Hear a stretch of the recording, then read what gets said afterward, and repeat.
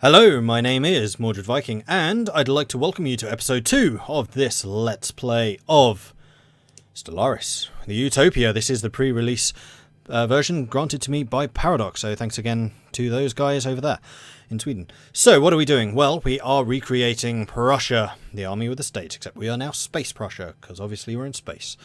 And I just wanted to show you what the setup that we are going to use. We are in a large galaxy. We have an elliptical galaxy shape. We're going to go with 20 AI empires, which is a bit higher than usual, and also 5 advanced AI stars. Actually, should we go up to a bit higher? No, we'll go 20. 20 is fine. 3 maximum fallen empires, and then everything else is basically on normal. Turned off advanced neighbors so we don't start directly adjacent to one, and empire placement is in clusters. Yeah, that's fine. Alright, let's load this up and get stuck in. So, we are a very militaristic nation. We're going to be relying on warfare quite heavily. Well, not necessarily relying on it, but it's definitely going to do us good to be aggressive. So let's have a look at the world around us. Of course, we are hyperlane, so that is going to matter on where we can reach. It looks like there are a couple of choke points near us, which we can try and fortify, but now this is one thing that you really must consider. Just because we use hyperlanes does not mean that everyone else does. And it is very, very easy to get stuck in the mindset where everyone uses hyperlane. So you think, we can only be attacked through this one system up here. Let's go and fortify the hell out of that. No, wrong. They can still attack you from, like, over here. It looks like there's no connection. We'd have to go all the way around, which is actually going to be super annoying for us. Wow. But they can actually get over there. So, first thing is first. Let's grab our starting fleets and just go check these systems. And then, let's see, I think we probably want to expand out this way because we just have easier access. So let's do something like this. And just go and check these systems out.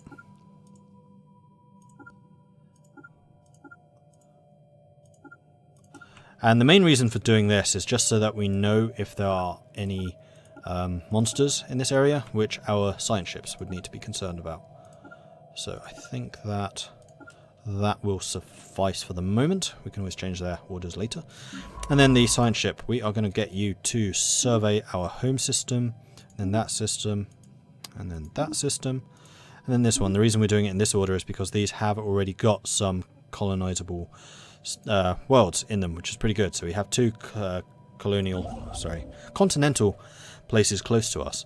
The construction ship's going to have to hold steady for a moment because we don't know if there is anything actually to construct. Alright, technology then. So we have research bonus guy, research speed guy, and a research speed industry, research speed new worlds. Okay. And I also wanted to double check what your traits are. Anomaly, fail risk, minus 10%. Okay, that's a good one to have. So anomalies will be very, very good for us. So one thing which is interesting to note, and I know this has always been true, but not many people actually seem to realize it. The skills of your scientists actually reflect what kind of choices you get in the research option things.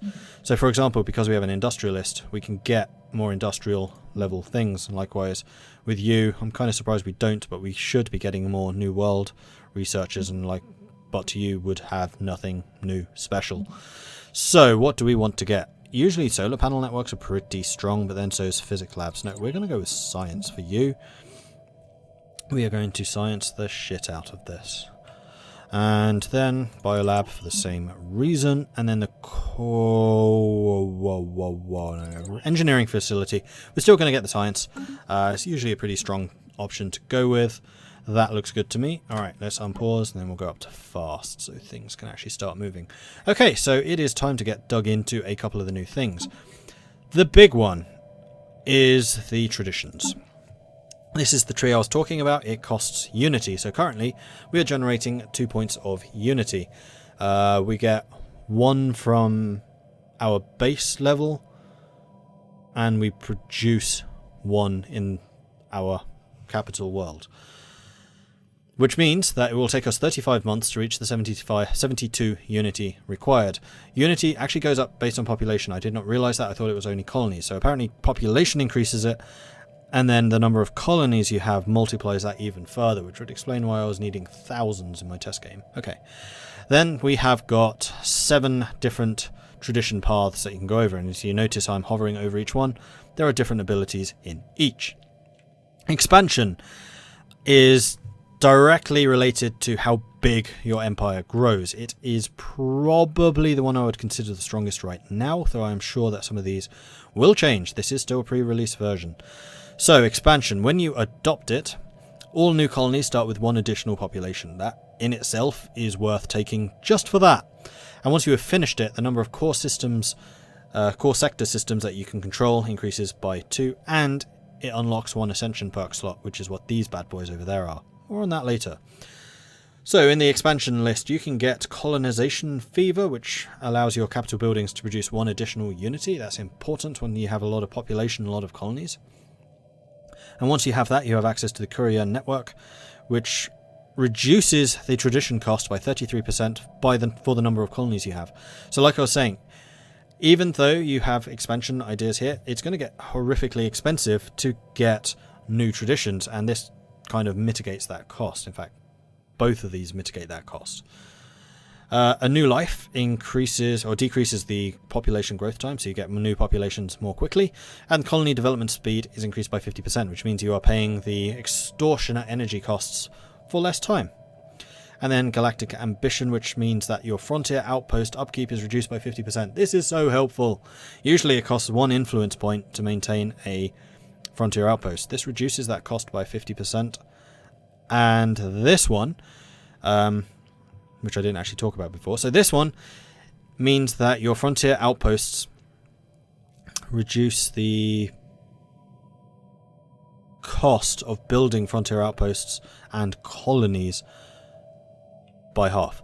So generally, if we were building a colony here, it would be relatively cheap. If we're building a colony out here, it would be super expensive. If we build a frontier outpost here, it would reduce the cost of that. If we had the frontier outpost and that first tradition, the reach for the stars, then the cost of this colony would be reduced even further. In fact, it would be reduced by double than if we just had it there. So it is very much worthwhile taking territory with the frontier outpost, though do keep an eye on your influence, because that is a very easy way of eating into that. Alright, domination. War demand cost to subjugate other empires is reduced by 25%. So this is all about having lots of vassals and protectorates and potentially tributaries. Tributaries are a new thing that you can also have, which basically forces other empires to pay you income. A portion of their income. I don't know anything about that. I haven't actually done it yet. So the adoption is the 25% reduction. Then the finisher is adopting all Dominion traditions will mean that technology is shared between us and our subjects. Any technology that another party does not have will receive a 30% research speed bonus. Interesting. And you also get the Ascension perk. So this, you could conquer a very small hyper-advanced race, make them into a vassal, and then you would get a 30% research bonus on any techs that they have. And likewise, they would get that bonus on any techs that you have. Which means that your minions and your vassals will be far more technologically advanced and therefore far more powerful when fighting your enemies. Governor skills are increased by 2 and empire leader capacity is increased by 2. So you can have more governors, which means you can have more sectors and things. Cool. Tributaries give you an additional 10% of their income, so you make more money out of them. Subject integration cooldown reduced by 50%. So this is, again, rather than just taking colonies from enemies in war deals, which is basically what expansion does, domination, you would vassalize them and then integrate them. And this reduces the time that you can do that. And you increases your subject opinion by 20, so they're more likely to help you in fights and things. Vassal acceleration reduces the influence cost of subject integration. Every vassal increases your naval capacity by an amount equal to 20% of theirs, so having lots of vassals is good for increasing your own navies. And then the tributaries, okay. Prosperity, this is all about making lots of stuff. When you adopt it, mining stations are reduced in cost by 33%. That is both for mining and energy, I believe. I think they are both mining stations. And when you have finished it, terraforming is reduced by 33%. So terraforming is, again, something that they have updated in this. I haven't done it yet. I don't know how it works. But I know it's possible, and I know that prosperity makes it cheaper. So yay. Ship cost and building cost reduced by 15%. Yes! I love it! Building cost especially. I mean, I tend to build a lot of buildings, so having that cost reduced is going to be strong. So prosperity is actually pretty good. Unlock ship. Private colony ship. I don't know what that is. I suspect it's a ship you don't actually have to build, which just goes and colonizes stuff. For free, potentially. I guess. I don't know. Pursuit of profit. Energy grid and energy nexus now also produce unity. Oh, okay. I don't usually build energy grids because I don't tend to need to stockpile much energy. But if you do build energy grids, then they do provide you with more unity, and energy nexuses, which increases the energy output on a single planet, also does. So that's going to be useful for that. Admin operations, building upkeep reduced by 10%. Again, useful if you have a lot of buildings. And ship upkeep. Oh man, this is actually really strong. Interesting. I was saying before our expansion was amazing. I hadn't really read that one before. Harmony. Happiness of all populations increased by 10%. Now bear in mind that there is a bonus to keeping your population happy. So they will be way more efficient if you keep them happy. They get fairly significant bonuses to their output. And fairly significant penalties to their output if they're unhappy. And also generates unrest and rebellions and all that other nasty stuff. So if you want a super efficient nation, then you probably want harmony. You get that output. And then adopting harmony traditions reduces the mineral cost of consumer goods by 15%. So again, this is another consumer goods reduction thing. So you can make them really quite cheap. And they are expensive, by the way. They can get very expensive. So right now, consumer goods, we need 8 units, and that is costing us 4 minerals every month. 4 minerals. We produce 5. No. We produce 15. We're going down to just 11, then the ship maintenance drops it even further. It's actually 10.5, kind of. So yeah, consumer goods are expensive, and if you have those reductions, then you will have more minerals to play with, and you'll be able to build stuff more fast. Leader lifespan increased by 20 years. That's pretty good. Negative impact on governing ethics attraction caused by distance from capital. So this means that your populations will be more harmonious if you have a big, fast-sprung nation. Unrest reduced by 20 on all planets. That's pretty good. It means you need to maintain smaller armies. Paradise Dome is a new building unique to these guys. And while in defensive war with another empire, ship build speed is increased by 33%. In addition, fire rate is increased by 15% for ships within your borders. Wow, that's actually really strong. Ship build speed increased by 33%. Huh. And then fire rate by 15%. So imagine being a defensive militaristic hive mind. Except that's not possible. You have to only be hive mind. But still, that's strong. Supremacy. Future of this galaxy belongs to those who are strong enough to seize it. This means that your border range is increased by 20%. So you take more territory, and that can be really useful in denying territory to your opponents. And once you have adopted it all, your fire rate is increased by 15%. So a hive mind, which I think has a 33% increase naturally, can also get a perk, which I think increases it by another 10%. So their base would be about 43% fire rate increase. Add this, and you're sitting at 55% fire rate increase. That's really quite potent, actually. Master ship rights, so your ship build speed is increased by 15%, and naval capacity also by 10%. So this is the militaristic one. I would ordinarily be very tempted to go with expansion, but keeping in mind we are the army with a state, we probably will go supremacy. Right of conquest. Seed planet war demand is reduced by 25%. That actually means that our war demand cost is like down 45% or something, because we are max militarist, and that reduces that war goal. Army damage increased by 25%. Okay, cool. Unity increased by 10% per neighbouring rivals. Having lots of rivals is really useful for us. It's the great game. The game in which you win or you die. And then war games, admiral skills increased by 2. So very useful for increasing the combat ability of your various fleets. Diplomacy. Now this is probably going to be one of the most popular ones. Maybe not as the first choice, but almost certainly as the second choice. And if you are playing as a xenophile, you will love this one. Diplomatic influence cost reduced by 50%. that means that your diplomatic influence costs are going to be virtually nothing if you're a fanatic xenophile. And your trust growth is also increased by 33%. Again, this is really strong if you want to band together with other nations. I haven't done it myself because I'm not a huge fan of the Federation mechanics, but having had my arse handed to me by a Federation in the big 25-player game Stellaris I played at Paradox, I can see the power of this, and that kind of gave away the other really important one, which I'll show you in a minute. Adopting all diplomacy traditions increases trust cap by 50. Interesting. So, this is a very important point. Federations are no longer locked behind a technology. They are locked behind the diplomacy tradition. You have to get this tradition in order to form federations. That means only one person in your federation needs it,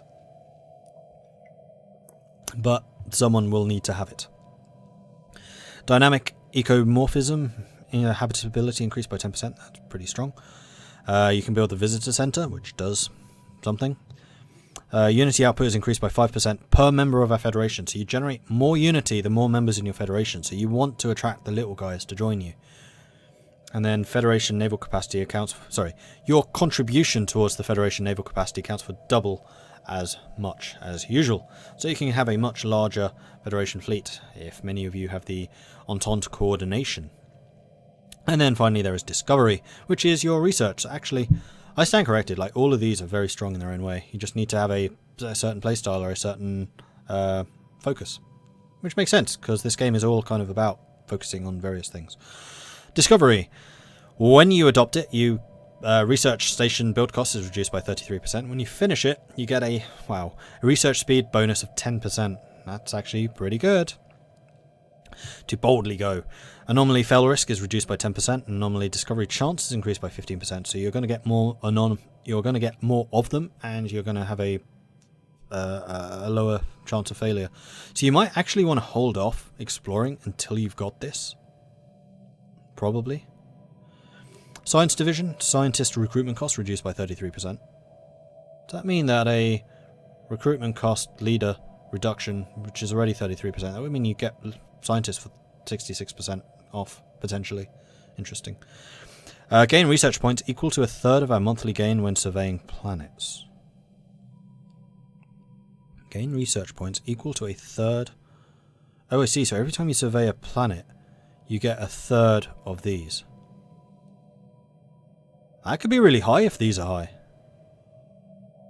Wow, okay. This is definitely the technology group. Leader skills increased by 1, just for free. Forever, as far as I can tell. And then assist research increases planet happiness by 10%. This is something I never do, and I really probably should. Assisting research is actually a technology now. You can't just do it. But it means that you can use science ships to boost the technology on a planet that they orbit. So it could actually be worth building several science ships with several scientists and just orbit planets to boost the tech. And that would also give you further happiness boost. Might need to try a techie nation. I haven't really done that. Alright, so the Ascension perks. There are quite a lot of them, and these are kind of the capstones. Some of them are reliant on having other ones already unlocked. You can get 8 in total, 7 from each of these, and then there is 1 which is locked behind a technology. So if you are interstellar domination, you have a border range increase of 25%. Technological ascendancy, that increases your research speed by 10%. So if you have that plus the discovery one, that's 20% research speed increased. And many of these don't rely on any restrictions. So you could just get Harmony and then the Interstellar Dominion if you wanted your borders to be big. Or you could have Expansion plus Technological Ascendancy, which means you get the research boost plus all the expansion bonuses. This is a nice way to kind of pick and mix things and allows you to be a bit more jack of all trades or super specialize. One Vision, the Queen Song. You get Governing Ethics Attraction 30%, Unity Output 10%, so you get more traditions. This one's interesting. If you have a lot of colonies with a lot of blockers, you clear them for free. And you can clear most of the blockers without having the technology. Like, that and expansion could be very potent, because clearing a lot of stuff can get expensive fast. Plus 5 core sector systems. Imperial Prerogative plus Pacifist plus some of the other things you can get. You can get a lot of core sectors, so usually you are limited to just 3. So once you go beyond that, you need to start building sectors. In my expansionist game, I had a 12. I get 12 of them without penalties, and the penalties can really rack up quickly. So very much worth having. Evolutionary Mastery. Now this is a cool one. Oh, these ones actually have requirements. Engineered Evolution. Increases trait points by +2. So you'll remember when we first created the Prussians, they had 2 trait points to spend. That gives you another 2. And modify species special project cost -50%. That's something I haven't done yet, so I don't know what exactly that means. But basically it means that you can improve your base populations quite dramatically, which has an impact on everything, frankly. Then Evolutionary Mastery is you require Engineered Evolution, and then you get another 3 points and -25% special project cost. So you can make your base populations like superhuman, or superpowered, really. Robot maintenance cost -15%, and also a special project to enhance our citizens with cybernetics. Requires the droid's technology. Requires 1 other Ascension perk to be selected first. So if you really wanted to like beef up your people with cybernetics, then that would be kind of useful. I wonder if you could do Flesh is Weak and Engineered Evolution. It doesn't say you can't. Synthetic Evolution. Again, this requires the Flesh is Weak, and also Synthetics Tech and Synthetic Personality Matrix Tech. And this will allow this will reduce maintenance cost for robots even further, and also another special project. Like I said, I don't know anything about the special projects. I don't even know where to see them. Mind over matter. This is basically turning your people into wizards. The latent psionic abilities of their species will be awakened in some individuals. So even if you are not spiritualist, you can get psionics with this ability. So long as you're organic. I don't think robots can. Transcendence. Requires mind over matter. All members of a species will unlock their full psionic potential, so you get even more magic-y abilities. World Shaper, terraforming speed plus 100%. Cool. Naval capacity plus 200. That's just a straight number, not a percentage, a number. You could get some massive navies with this. You might well need to keep an eye on that for Prussia. Defender of the Galaxy. This is an interesting one. So there are many endgame crises, which basically is just massive enemies come and pour into the system and try and kill everyone. This means that you do 50% more damage to all of those guys. Like, your fleets will suddenly be very, very strong compared to them. And you also get an opinion bonus, because you're basically the Guardian to the Galaxy. So useful if you're coming towards the end game and you're a little bit worried about the crisis developing. Megastructure, build speed and build cost. So megastructures are special... I guess they are special projects.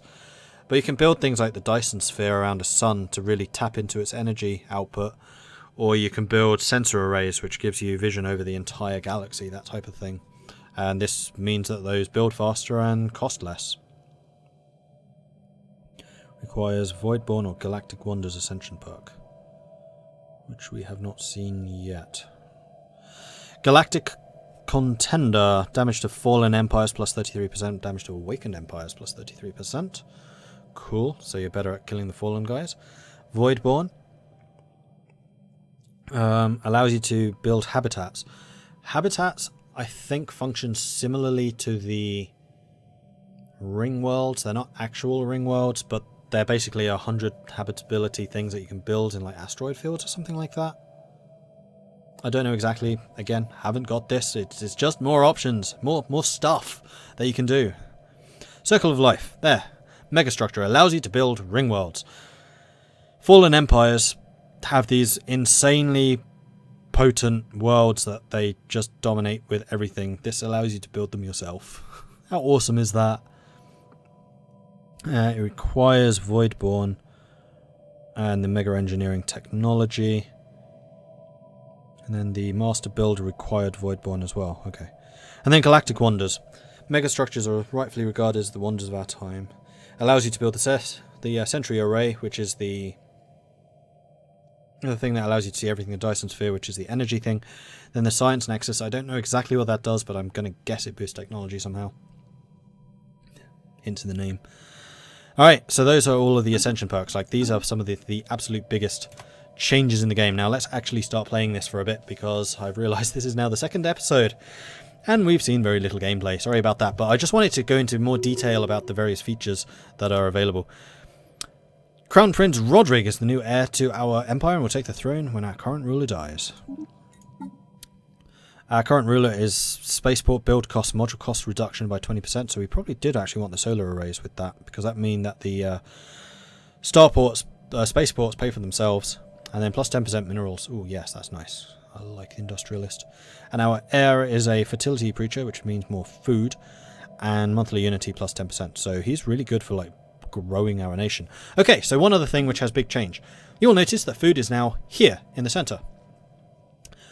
You don't produce food on each planet. Well, you still produce food individually on every planet, but then it enters a central pool, which is this food number here, which means that you can focus entirely on science or production or energy on a planet and not worry at all about its food output, and instead have some like farm worlds which feed the rest. This is really cool because it allows you to specialize your planets rather better.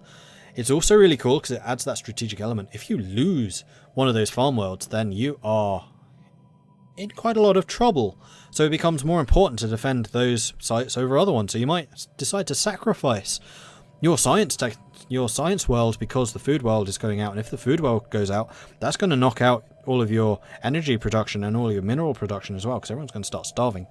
So that adds another interesting strategic element.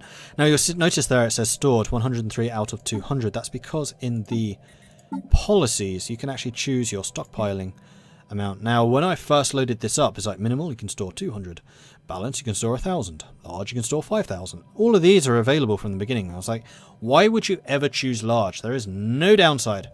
Wrong. There is a big downside. Basically, you don't get a growth bonus to your population until your food stockpile is full. So once you hit the stored 200 out 200, then you start getting bonuses to the growth of your populations on all of your planets. So if you have the large food stockpile, you have to get up to 5,000. So yes, that gives you more space to screw up. So in that example I gave earlier, you might not really care if you lose your food planet if you have a large food stockpile, because you can spend some time digging into your stockpiles. While if you don't, and you have the high growth policy, which is essentially the small food stockpile, then that becomes more of a problem. Okay, we've seen some aliens. Did not take long for Space Prussia to come across intelligent alien life. The fleet's report to the Prussian capital somewhat understates that how alien these forces appear, and only in passing mentions the failure to open comms. Oh, I hate this cold. Right, I'm going to call it at this point, and we're going to try and get some more of the gameplay next time. I also want to go into a little more detail about the policies, because they will be different for every start, and they're kind of interesting. Plus, we will also, I think, want to encourage free thought. Governing ethics attraction is actually kind of balances out on your capital, and then the research speed is just generally a really strong one. However, that will reduce our influence income, which right now I think is fine. So yes, we will do that. Anyway, thank you very much for watching. If you are enjoying this series so far, then please do hit that like button. If you haven't done so already, then do consider subscribing, and if you have any tips or advice for me, let me know in the comments. And likewise, if you have any questions or anything like that, comments is also the place to ask them. Thanks very much for watching, and I'll catch you next time. Goodbye.